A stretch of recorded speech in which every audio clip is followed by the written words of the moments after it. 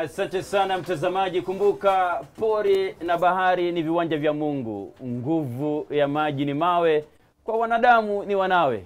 Hii ni sanaa ya Kiswahili, tunakutana katika shule hii New River. New River.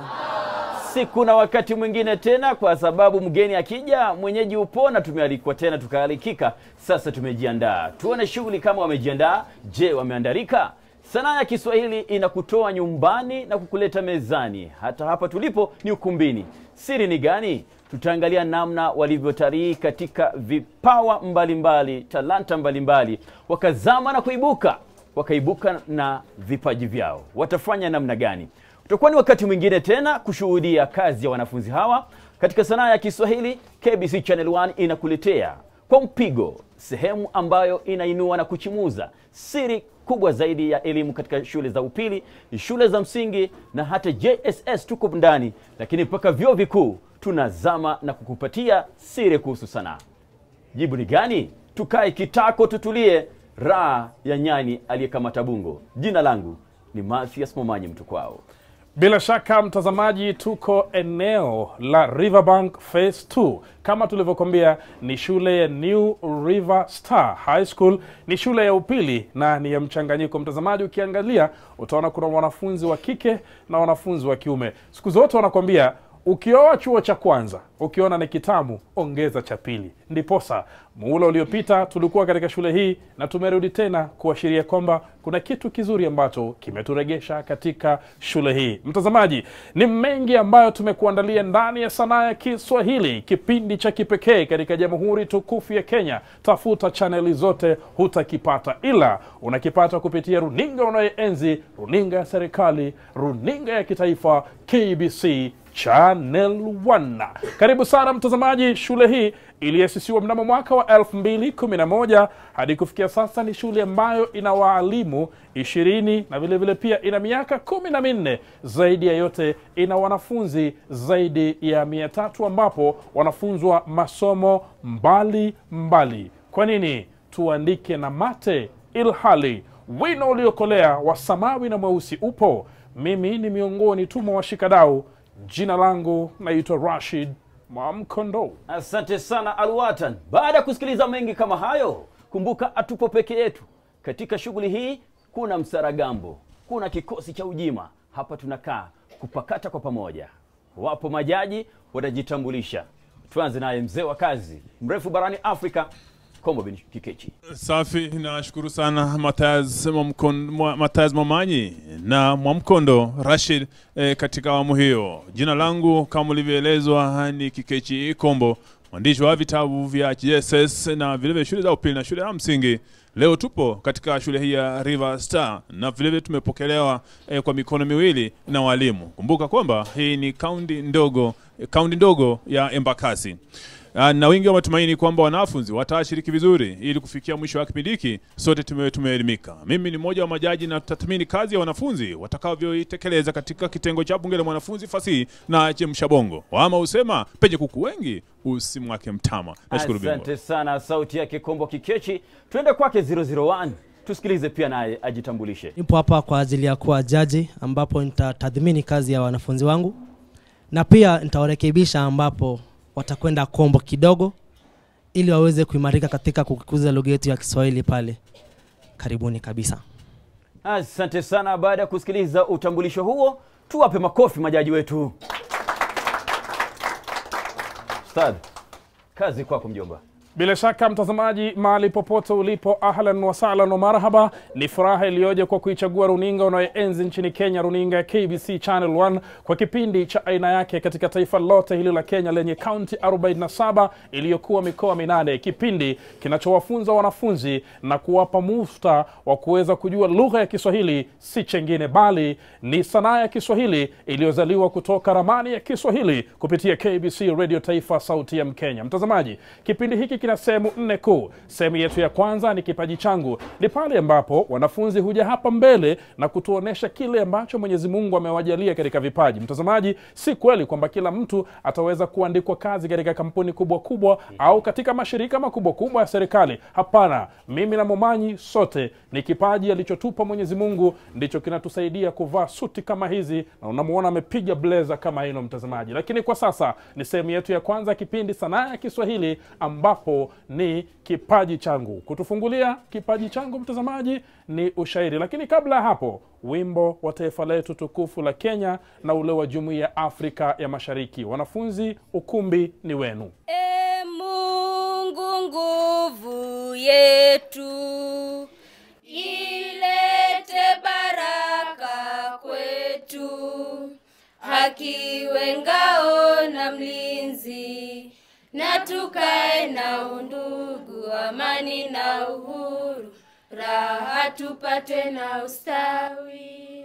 Naam mtazamaji, baada ya kuweza kupokea wimbo wa taifa letu tukufu la Kenya na ule wa Jumuiya ya Afrika ya Mashariki, upo hapo ulipo, ndo kwanza mkoko unaalika maua. Kipindi kinaanza rasmi, kipaji changu, ikiwa tutapata kujua wanafunzi wamejifunza nini katika masuala ya ushairi, uchoraji, vitanza ndimi, yani kuchanganya ulimi mtazamaji, na vile vile pia naarifiwa kwamba kuna burudani kabambe tumeandaliwa. Mtazamaji, usiende mbali, tazama, kodoa macho kwenye runinga yako ya Channel 1 uone vipaji kutoka kwa wanafunzi wa shule hii.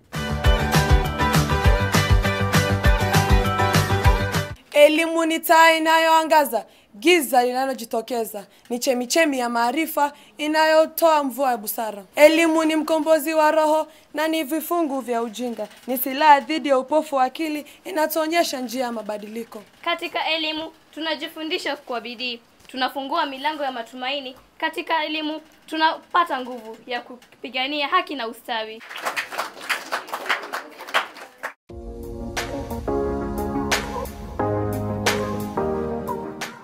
Kwa majina naitwa Osman Irfan Salim, nasomea shule ya New River Star High School, niko kidato cha pili. Na hii picha ambayo nimeweka hapa, nimechora mwenyewe, ni ya kuhusu ufisadi wa mapolisi uchukua hongo, kuna kunyanyasa pia watu. Mapolisi huwa uchukua hongo katika kuna watu wakiendesha magari, wao wanasimamisha magari na kuchukua hongo, na kuchukua hizo pesa wanaenda kutumia kwa uraibu. Yaani wananyanyasa watu na kuchukua hizo pesa kuenda kutumia uraibu, kama kulewa, kutumia kula mkoka. Wakifika nyumbani wanaenda kupiga mke wao na watoto.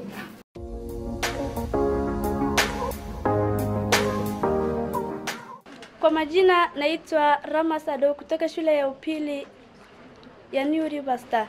Niko kidato cha pili magharibi. Nina vitanza ndimi viwili. Cha kwanza, chura cheupe chenye chuchu chachi chalia chumbani. Cha pili, baba babua babuliwa baba. Kwa majina ni Masla Ali, nimewaletea vitanza ndimi. Jipini jipya, jipini jitoe jipya.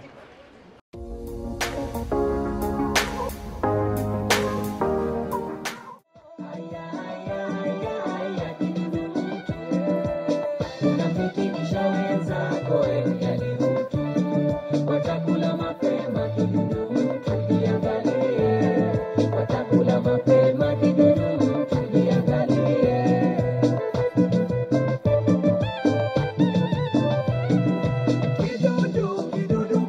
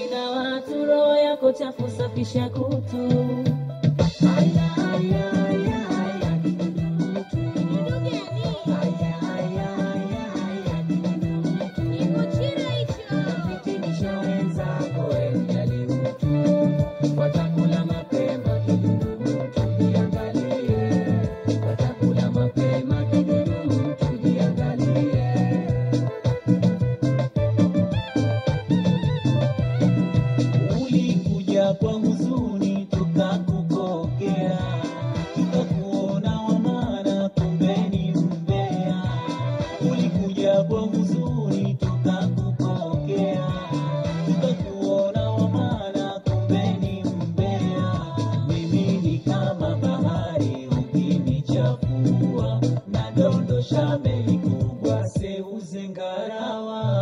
Haya haya haya haya kidudu. Haya haya haya haya kidudu.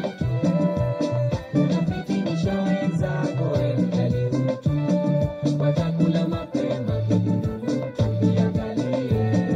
Watakula mapema kidudu tuviangalie.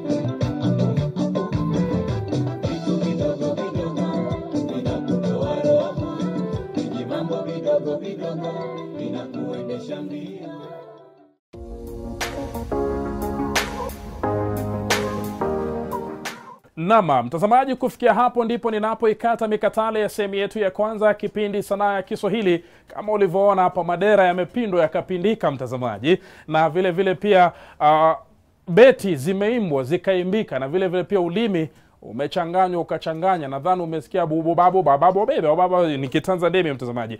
Mimi napata unyunyu kidogo, lakini usiende mbali. Nitakapopumzika kidogo nikipata maji ya tama la sanaa ya Kiswahili, nitakuacha kwenye mikono salama yake Kanali Luteni Mathias Momanyi, ambaye licha ya kuwa yeye mtangazaji vile vile pia yeye ni mwalimu katika taaluma. Mtazamaji, kwenye sehemu yetu inayofuata, bunge la mwanafunzi na chemsha bongo. Kwa nini uzime remote yako ilhali wanafunzi ni wanayo?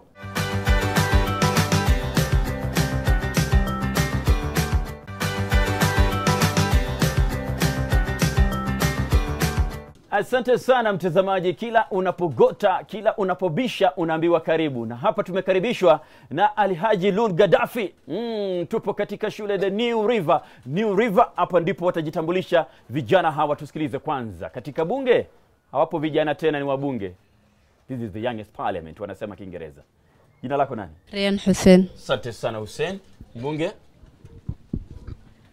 Chantel Anoda. Asante sana.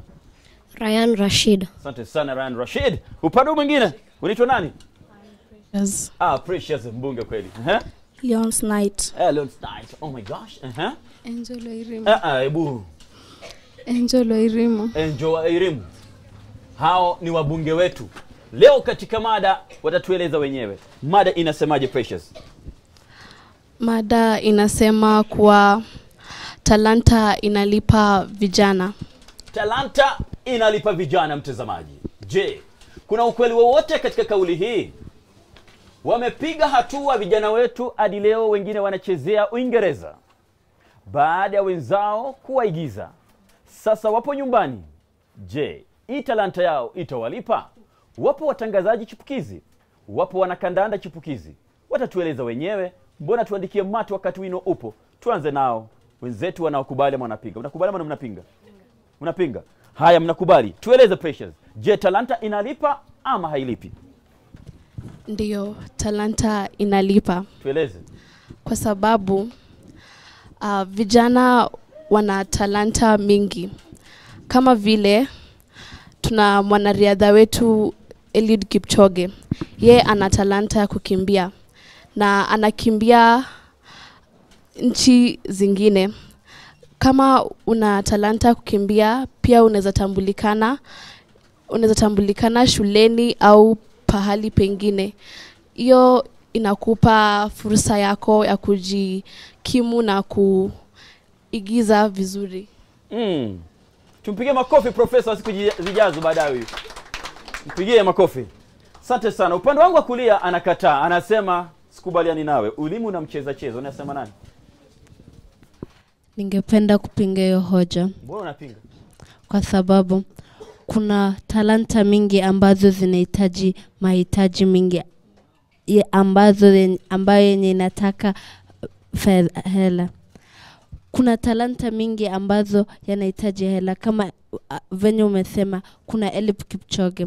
Ndiyo, ni kweli amefaidika, lakini si watu wengi ambao wanafaidika na talanta zao. Kuna wengine tuseme kwamba kuna mshindano, wote wako, tuseme kama 2 watatu wako na talanta, si wote watafaidika waende mbali. Yaani unapinga? Napinga. Hivyo na talanta? Ndio. Unaipinga. Mpige makofi jamani. Haya, hebu mpatie mikrofoni mbunga hapa. Naona jikuna anasema kwa nini hivi, nikubaliane nao. Waeleze. Vijana tofauti Naam. wanapata kupunguzia wazazi wao gharama ya karo kwa kupata ufadhili kwa kupata ufadhili kwa mashule makubwa. Mashule makubwa haya kweli. Mpige makofi huyo. Naona binti hapa ananiambia mbona nimekana katika kauli zake, huyo sikubaliani naye. Unasemaje? Ushindani mkali. Vijana wanapoenda kutafuta nafasi ya kukuza talanta yao, sio wote ambao watachaguliwa kwa sababu soko ya vipaji yamejaa. Katika maisha hii, watu wengi sana wanatumia talanta yao ili kupata riziki, kama vile densi. Wengi wao tunaona kwenye televisheni na mtandao. Hapo ndipo wanapata riziki na chakula cha kila siku. Kwa hivyo talanta inalipa. Unakubaliana Rashid? Uhaba wa fursa. Kuna watu ambao wako na talanta, lakini sio wote hupaswa upata kujulikana. Kama vile kuna watu ambao hawana hela au vifaa vya kurekodi kama vile kamera, ambayo huwasaidia kuweka talanta yao katika runinga, ambao watu huwaunga mkono na kuwasaidia kukuza talanta zao. Kwa hivyo wewe uamini talanta ilipi, sio? Ingetulipa tungeenda mbali. Asante sana. Tusikilize tena hoja ya mwisho kutoka kwake Precious. Kuna mpishi ambaye anaitwa Chef Waislando. Yeye ana kipaji ya upishi. Na yeye hupikia watu, tuseme kwa hoteli pia, na pia hukuza talanta yake kwa mtandao na pia inalipa. Huyo ni Jeff Waislando. Yes, yaani hapa ni Islando, sio? Mpige makofi huyo. Binti amekataa, amesema nipe mikrofoni, huyu mwenzangu namparuza sasa hivi na kumkwaruza proper. Hebu mueleze basi. Napinga hiyo hoja kwa sababu wenye amesema tupe mfano. Niko na rafiki ambaye anaitwa Ramla, na pia ako na talanta 2. Anaimba na pia anajua kutumia instrumenti. Yeye ni mwimbaji mzuri, lakini ako miaka 20, lakini hajapata bado kazi ambayo yanamlipa. Na pia kwa upande mwingine muhimu yenye tumesahau ni kuna wazazi ambao wanatusaidia, lakini wazazi wake wanamkataza. Mbona wanaona kwamba hiyo talanta yake haina umuhimu. Wazazi ndo watu ambao wanasaidia vijana kwenda mbali. Kama mzazi hakubaliani na talanta yake, ataendaje? Barabara kabisa mtazamaji, baada ya kusikiliza kauli za wanafunzi hawa ambao ni wabunge, bila shaka jua fika kuwa mfumo wa CBC 99.99% upo katika talanta. Ni siri yao kugundua kuwa siri si siri mpaka uigundue mwenyewe. Tukirudi tutakuwa tunazamia swala la chemsha bongo, tutasikiliza kutoka kwa majaji baadaye. kuhusu mchango wao katika sehemu hii ya bunge la mwanafunzi. Usitoke. Hewa la mtazamaji, fikiri leo kesho itanijibu. Asante sana Ibrahim Solo, bila shaka principal anasema anatufuatilia kwa njia ya kipekee. Kazi safi zaidi, anasema kipindi kinanoga zaidi kwenye magego, utamu unakolea, kipindi kitamu kweli kweli. Tunaingia katika sehemu ya Chemsha Bongo na moja kwa moja tunaenda kwenye maswali haya. Lakini kabla ya hapo, wajitambulishe. Jina lako? Genevieve.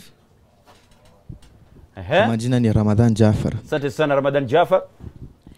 Fatma Abdi. Asante sana Fatma Abdi. Upande wangu wa kushoto yupo binti Kauthar Kulmia.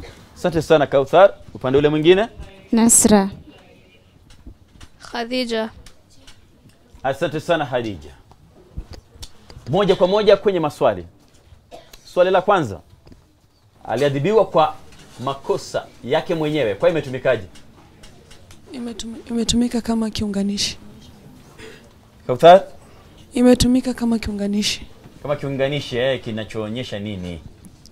Umepata hapa lakini kwa inaonyesha vile aliadhibiwa, jinsi. Kuonyesha jinsi? Jinsi aliadhibiwa. Na natamsaidia pale. Nasir. Kwa imetumikaje? Nikupatie kidokezo kingine?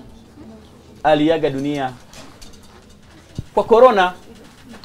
Sababu. Kuonyesha? Sababu. Sababu. Nasi makofi kwao.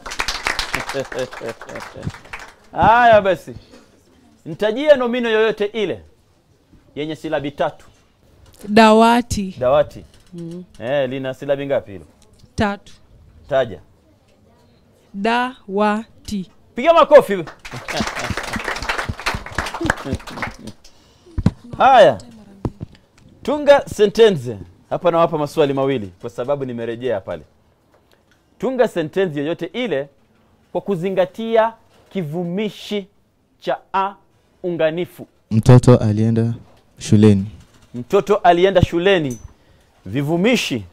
Tupate Nasri hapa ama Kauthar. Kitabu hiki ni cha mwalimu. Kivumishi cha a unganifu ni kipi? Hapo cha. Cha. Umejaribu sana kuonyesha nini? Kuonyesha umilikaji. Umilikaji, umeanza kupata mambo sasa. Mpiga makofi.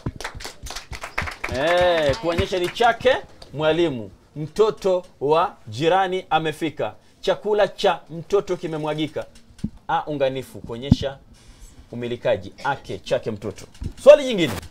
Tunga sentensi yoyote ile kwa kuzingatia mabano. Mwalimu mkuu Ibrahim amemaliza kufunza sahihi. Mabano ingia wapi? Hapo kwa Ibrahim. Naam. Unajaribu sana na nafurahi sana kwa sababu unajituma kweli kweli. Labda useme nyati. Mabano mbogo aliwindwa porini. Alipata tuzo yake. Mabano zawadi. Rahisi tu. Haya. Tupate maelezo mawili ya sentensi hii. Unanipenda. Unanipenda? Unanipenda? Unanipenda? Ni swali ya kwanza. Swali. Unanipenda? Ya pili. Haya. Hilo swali nitaliacha hivyo. Na maanisha majaji watalishughulikia kwa sababu wameyumba kweli. Taja kwa jumla maharage, ngano, mchele kwa jumla ni nini? Sirioli. Sirioli. Nimeona Wafula ameanguka chini badala ya kushika kamera, kicheko kweli kweli. Haya. Genevieve. Nafaka. Tazama kamera pale. Nafaka. Nafaka, mpige makofi. Katika bara la Afrika pana kisiwa kimoja Kiingereza kinaitwa Madagascar. Kwa Kiswahili kinaitwaje? Madagaskari. Una hakika? Labda umepata kwa sauti? Madagaskari. Madagaskari.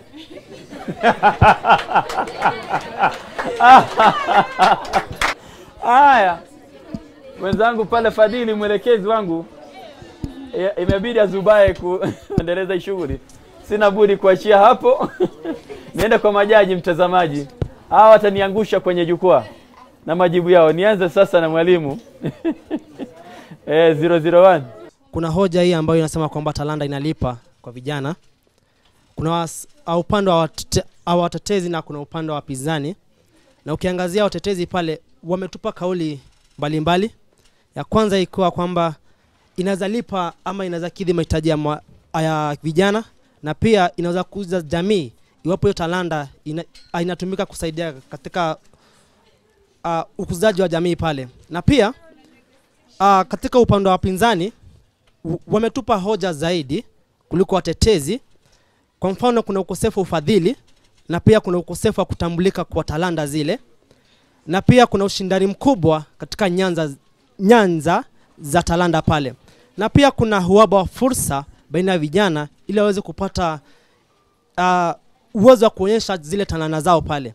Na kisha ya mwisho kabisa kuna kukosa usaidizi kwa wazazi au wafadhili, ambapo unapata kwamba talanta haijatambulika katika jamii. Wanafunzi walielewa swali, talanta inalipa vijana, na kukawa na waliounga na kule waliopinga swala hilo.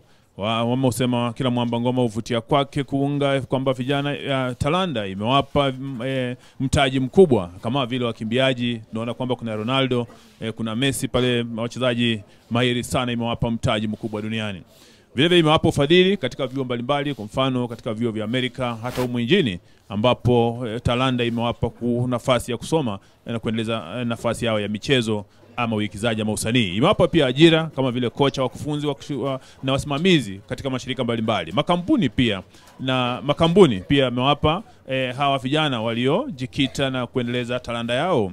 Vile vile tunaona kwamba kuna makampuni kama ile ya TikTok, Instagram na YouTube kwamba imewalipa wengi walio na talanta hela nyingi mno. Pia kuna uwezo wa kujiajiri badala ya kufanya nini? Badala ya hasa kuajiriwa kazi za kiafisi. Waliopinga wakasema sio wote walio na talanta. Kwa mfano wote walio na talanta wanajiendeleza. Kwa mfano unaweza pata kama Kombo, mchezaji wa raga lakini hawezi kucheza nini? Mchezo wa vikapu. Soko vile vile la talanta lina ushindani mkubwa. Si kila mtu anafanikiwa mwenye talanta. Vile vile wengi wenye talanta hawajajiendeleza licha ya kuwa na talanta. Baadhi ya inji pia hazina miundo mbinu za kuweza kuwafaa wale walio na talanta. Talanta pia nyingi huwa na muda mfupi, kwamba wengi hawaishi kwa muda mrefu. Si kila mtu mwenye sauti nzuri ni mwimbaji mzuri, kwa hivyo ina upungufu wake. Katika Chemsha Bongo kuna uliwapa matumizi ya kwa na wakaweza kubaini ya sababu. Kuna vipashio vya lugha, sauti, silabi, na wakaweza kubaini kwamba silabi ni tamko moja katika neno. Kivumishi cha au nganifu, natukumai wengi walijikita katika kiashiria, kuonyesha vivumishi vya ashiria. Kwa mfano huyu lakini wapata kwamba vivumishi vya au nganifu hasa urejelea nini? Kiambishi ambapo kuna mfano unasema kiti cha babu kimevunjika, meza ya jirani imepatikana, na kadhalika. Kwa hivyo kuna ya na wa. Alafu kuna wakifishaji wa visawe vya mabano, na kwa hivyo wakati fulani kwamba inaweza kutumiwa kuleta nini ya ziada, maelezo ya ziada. Kwa mfano mwalimu wetu wa Kiswahili kwa mabano ambaye alifuzu mwaka 2010 ambaye amefuzu mwalimu wetu wa Kiswahili kwa mabano ambaye alifuzu mwaka 2010 anafundisha historia na hesabu. Kwa hiyo pale kwamba inatoa maelezo ya ziada. Alafu kuna matumizi ya kiimbo. Kiimbo inarejelea dhana mbalimbali. Inaweza kuuliza swali, rai au ombi, na vile vile inaweza kutoa taarifa kama maswali yale yalivyo Momanyi alivyoyauliza yamejikita katika awamu hiyo. Bingwa kati ya alama 100 ndio watunuku wanafunzi hawa 65, yani bachanya. Nashukuru bingwa. Madagascar bila shaka jawabu lake ni Bukini. Kumbuka siku zote pua yenye maringo kikomo chake ni mafua. Mpenzi mtazamaji, tukirudi tutakuwa tunazamia swala la fasihi. Tusikilize wanafunzi hawa. Je, wamepikwa kapikika? Usiende mbali. Hii ni Sanaa ya Kiswahili.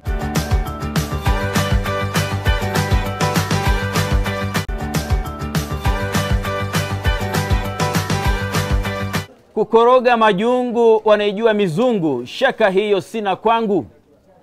Ukitweka chombo changu ili wafike wanangu, bandari ya lengo langu. Fahari yangu kufikiza nanga nitaishukisha, hakika nimefikiliza, nguvu ya maji ni mawe, mwanadamu ni wanawe. Ni kazi ya mwandishi naye mthamini sana, anaitwa Zainab Alawi Baharun, aliandika riwaya ya Mungu Hakopeshwi. Anasema hivi: naye vuai akwa mtu wa kulaza damu, samaki aliyenasa si haramu, kumvua na kumla na aliwala mpaka shombo likamkifu, hakujali togo wala jando, umri wala wadhifa, alilipokea lote alilopewa, lakini hakujua maisha yenye anasa yananasa, na raha inapozidi sana inakuwa karaha. Hapo ndipo anapanda pantosha, hakuvuna pankwisha, alivuna janga kuu la maradhi ya ukimwi. Yalimla yakamtafuna taftafu, akabaki kimbaumbau mwiku wa pilau, mbavu za kuchungulia kama samaki jodari mifupa. Bwana tuandikie mata wakati wino upo, kisome usikilize utamu wa fasihi, kazi safi vitabuni. Wewe mchapishaji, leta kazi yako, tuichambue, tuidadavue na tumtambue mwandishi wako. Hii ni sanaa ya Kiswahili, usitoke.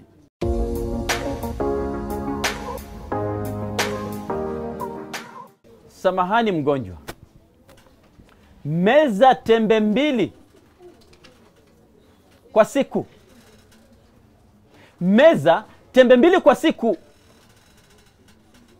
Hii ni sajili gani? Tumia lugha rasmi.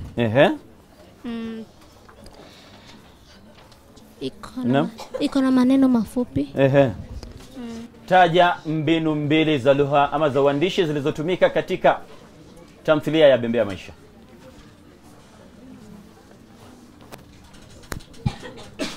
Taja mbinu 2 za lugha ama za uandishi zinazojitokeza katika tamthilia ya Bembea Maisha.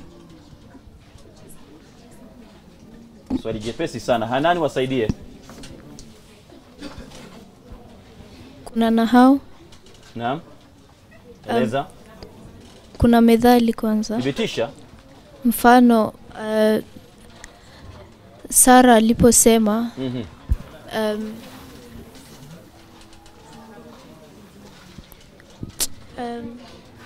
majibu yenu mengi hayana utetezi. Tupate msaidizi kutoka upande wa Miriam. Unauliza katika kitabu cha Nguu za Jadi ama cha Bembea Maisha. Chagua. Nimekupatia vitabu 2. Kwenye riwaya ama tamthilia. Tumia mbinu zozote za lugha alafu udhibitishe. Kuna mbinu ya dialojia. Dialojia kati ya Sara na Neema. Wanapokuwa hospitalini. Umejaribu sana. Msaidizi wako Ramadhan. Kuchanganya ndimi. Kuchanganya ndimi. Mahali hapo Lunare anaongea na mtoto wake mshauri akisema I see. Mbinu ya kisengere nyuma ni mbinu gani? Kisengere nyuma kinatokea ambapo Sangilo anamuelezea Ngoswe kuhusu maisha ya nyuma ya mamake Nansia. Msaidie Yusra. Mwangosha anakumbuka ule mdada mwenye alikuwa na gari nyekundu. Alikuwa anaambia wakina Lonare. Hapo kwa kanisa. Haya, anajaribu sana. Tofautisha Mazda na inkisari katika ushairi. Tofautisha Mazda na inkisari katika ushairi. Mazda ni kuongeza maneno. Kuzidisha. Nipe hiyo mikrofoni yako niende moja kwa moja katika hadhira. Niende moja kwa moja kwao watazamaji. Na hawa wanafunzi walioketi. Jina lako nani? Yvonne. Yvonne, chukua mikrofoni. Kidato cha ngapi? Cha pili. Cha pili. Kidato cha 4 ni nani? Haya, Rashid. Kidato cha ngapi huyo? Cha pili. Nani cha 4? Cha 4 ni huyo. Haya, Akinyi. Ni hali ya kuzidisha maneno.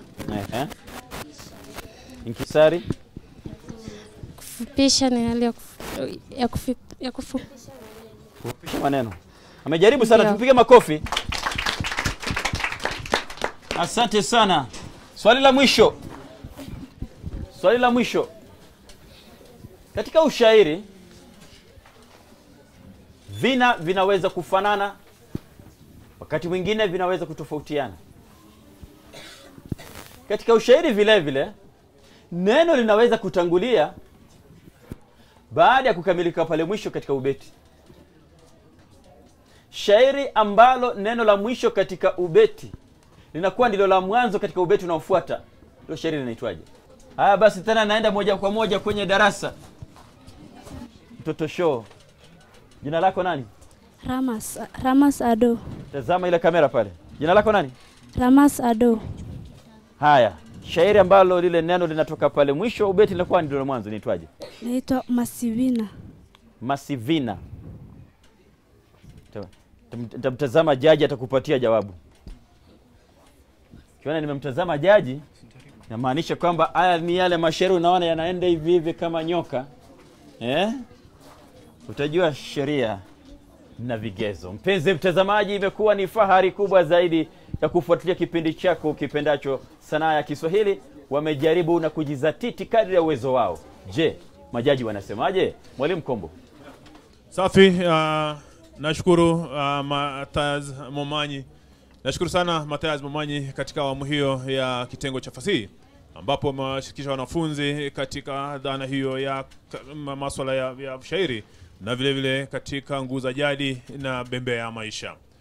Natumai wanafunzi wanapaswa kufahamu kuhusu vitengo vya mashairi, yani aina za mashairi, na vile vile wafahamu mtindo na muundo, na vile wafahamu bahari. Kwa mfano umeuliza bahari ambayo ni sehemu ya mwisho yenye mshororo ndio inatumika kuanza ule ubeti unaofuatia. Hiyo ndio bahari ya pindu au bahari ya mkufu. Mkufu au pindu. Au pindu. Safi. Naam. Wengine wanasema nyoka. Safi. Vile vile bwana Momanyi, katika awamu nyingine hawa wanafunzi wapata kwamba uliwapeleka kuweza kuuliza mbinu mbalimbali ambazo zimerejelewa. Ukauliza kuhusu mbinu ya majazi. Majazi ni mbinu ambayo mhusika mwandishi anakipa kitu jina kulingana na sifa zake. Kwa mfano unapoangalia Profesa Clara Momanyi katika kazi ya nguu za jadi, ametaja mtaa wa Majuu. Na wapata kwamba mtaa wa Majuu watu wanaoishi pale ni watu wenye watu walio na mali ama watu walio na nafasi kubwa katika jamii. Kwa mfano kama Mtemile Sulia, kina Sangilu miongoni mwa wengine wanaishi katika mtaa huo wa Majuu. Vile vile Sahaba anampa jina bwanati huyu ambaye kwa kweli kwamba hakupungukiwa. Kuna taswira, natumai wanafunzi walichanganya wakasema majazi ni taswira. Taswira ni picha ambayo inabainika. Kwa mfano unapoangalia taswira ya mahema yaliyopigwa pale katika mtaa wa Matango, kwamba hiyo ni taswira. Unapoangalia Magwasha anavyo sambura nguo pale kwenye chumba, vile vile hiyo ni majazi ambayo taswira ambayo inabainika. Kwa hivyo katika taswira hii pia kuna taswira mguzo, taswira oni, taswira mwendo, taswira sikivu miongoni mwa nyingine. Na mbinu tamathali ni nyingi. Katika mbinu za lugha zimegawanywa katika tamathali na vile vile kuna mbinu za kisanii. Tamathali za usemi ambazo zimebainika ni kama methali, nahau, tashbihi na kadhalika. Kuna mbinu za kisanii zipo nyingi kwenye kazi, kwenye tamthilia bembea ya maisha, na vile vile ipo kwenye nguu za jadi.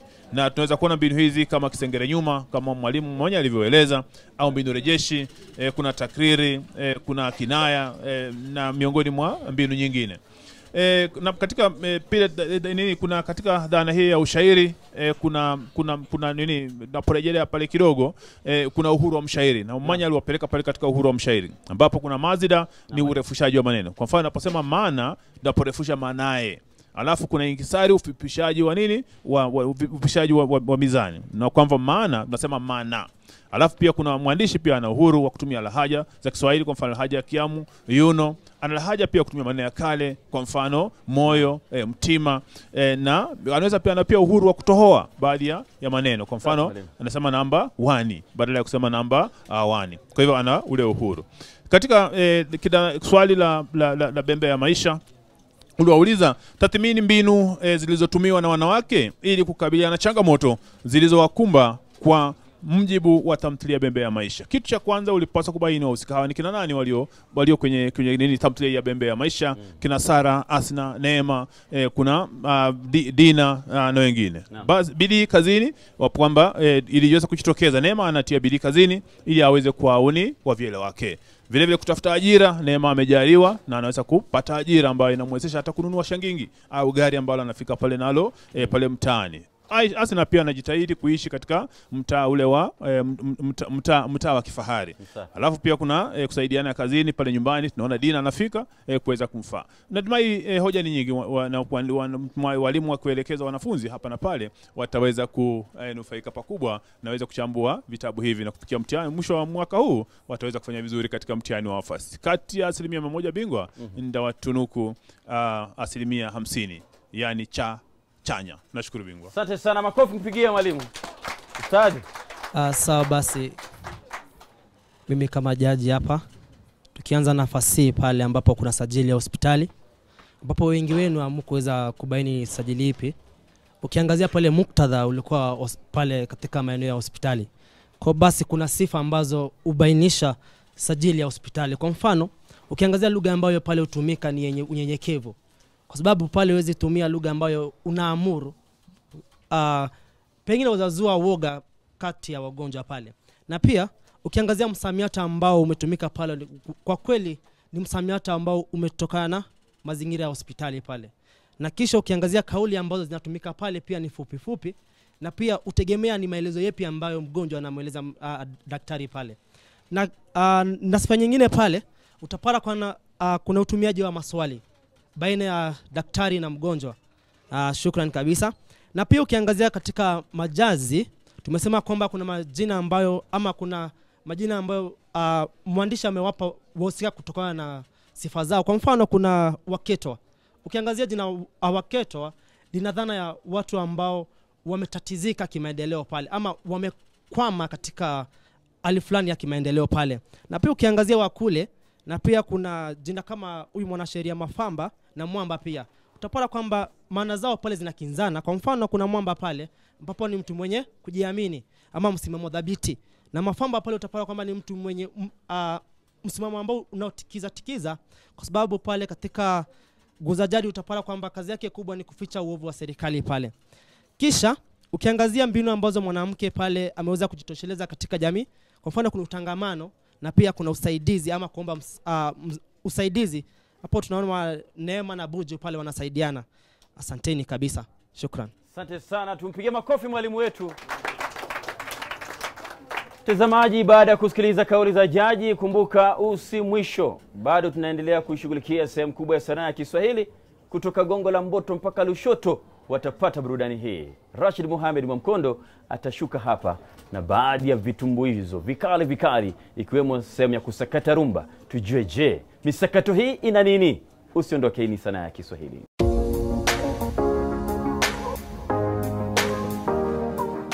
Baada ya mazida mtazamaji, inkisari, majazi na majahazi ndipo tunapofikia kikomo kwenye sehemu yetu hii. Lakini kwa sasa mtazamaji, baada ya kutoka darasani tuingie kwenye burudani ambapo naambiwa kuna watu hapa ni vidudu watu. Tunataka kuangalia hawa vidudu watu ni aina gani kwenye sehemu yetu ya mwisho ya mpango mzima ya kipindi Sanaa ya Kiswahili, sehemu ya densi angalau. Baada ya kuumiza vichwa katika uchambuzi wa vitabu, sijui nguza jadi, sijui nini, sasa kidogo ni wakati wa kujiachilia. Mtazamaji, kwa sasa ni wanafunzi na sehemu yetu ya mwisho ya densi.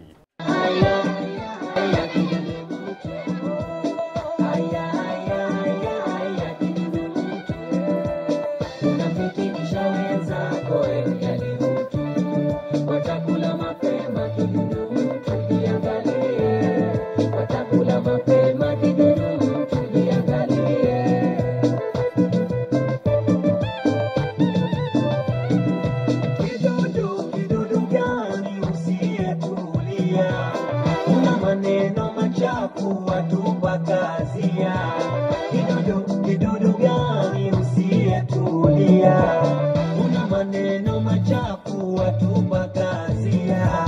Imefika siku yako ya kusimuliwa maisha yako ya nyuma yalipoanzia.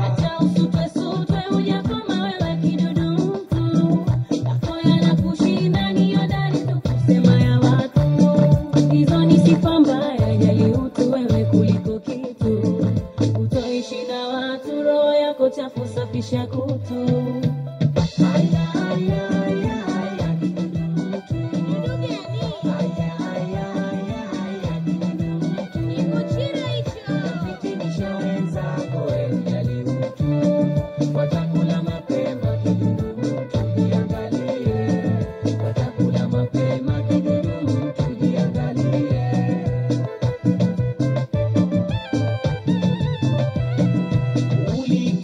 Kwa huzuni tukakupokea, tukakuona wa maana, kumbe ni mbea.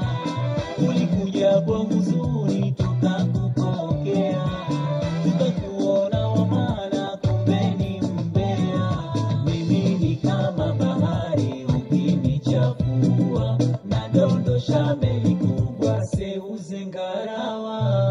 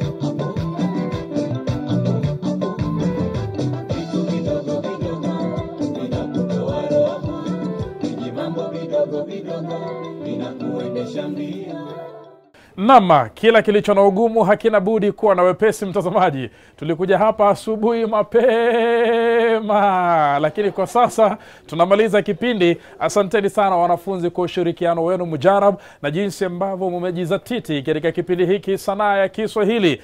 Siku zote mtazamaji, kila kilicho na mwanzo hakina budi kuwa na mwisho. Kwa niaba ya wote waliofanikisha kipindi hiki, hadi Jumapili ijayo, wakati sawa na huu, shule tofauti ila usiziite shule Manchester United, Arsenal, Liverpool na Chelsea. Hizo sio timu, ni vilabu. Mimi naitwa Rashid Momkondo. Jumapili njema. Asante sana kutoka kwetu nyumbani, sokoni hadi Likoni. Imekuwa ni furaha kubwa zaidi. Tumekumbatia show hii nambari 1. Ukipenda kipindi hiki sanaa ya Kiswahili, kimekuwa ni sababu kubwa na tosha ya kuweza kudhibitisha, je, mtoto wako amekidhi haja maridhawa ya vipaji? Mpe sababu na nafasi ya kutazama sanaa ya Kiswahili kila siku ya Jumapili kuanzia mwendo wa saa 7:30 hadi saa 8:30. Utakuwa na sababu kubwa zaidi ya kutazama pia kipindi hiki iwapo utapata fursa pia kushiriki. Tutakuja kwako shuleni. Zungumza nasi katika mitandao yetu. Facebook, andika Rashid Momkondo, inbox shule yako na jina lako, nambari yako ya simu kwa mawasiliano. Andika Mwalimu Kombo, inbox nambari yako ya simu, bila shaka tutazungumza nawe. Andika Mathias Momanyi katika Facebook, inbox nambari yako ya simu, bila shaka tutakuandikia kisha tutafika. Je, itakuwa namna gani? Kumbuka, usi mwisho, ni mwanzo unaoanza mwisho. Chambile cho Professor Said Ahmed Mohamed. Mpenzi mtazamaji, tutoa shukrani jazila kwake Mwenyezi Mungu na walimu wetu wote waliofanikisha shughuli hii. Tukianza na mkurugenzi wa shule Alhaji Lul Gaddafi, amefanya kazi kubwa zaidi, mapokezi kuntu yasiyo kifani. Kuna Ibrahim Shahe mwenyewe Sora ambaye ni principal wa New River Star. Hapa pia kuna mwalimu Gordon Okoth na Moffat William ambao ni walimu wakuu. Kumbuka pale chini pia kuna idara ya Kiswahili ikiongozwa na bingwa fulani, jina lake ni Silas Nguka, wakiwa na ushirikiano mkubwa zaidi na Meshak Ondara. Wote wanashirikiana sako kwa bako kwa minajili ya kuhakikisha kwamba kipindi hiki kimefanikisha ndoto. Na Francis Mutinda, Steve Olim, wote wakiwa katika idara ya Kiswahili. Walimu wenza, kumbuka kuna Faith Belinda, Zamalek Onyango, Loreto Mboya, Martha Miruka, Monica Wamboi, Emmanuel Nekesa, Ian Kigan, na wote watoto wa wajomba na hada shangazi pia. Kumbuka hii ni sanaa ya Kiswahili. Kwa heri, tutapatana tena. Heshima na simama, kujificha sikubali, nitamke hima hima, mambo yalo ya kweli, bayana neno nasema, tutukuze Kiswahili.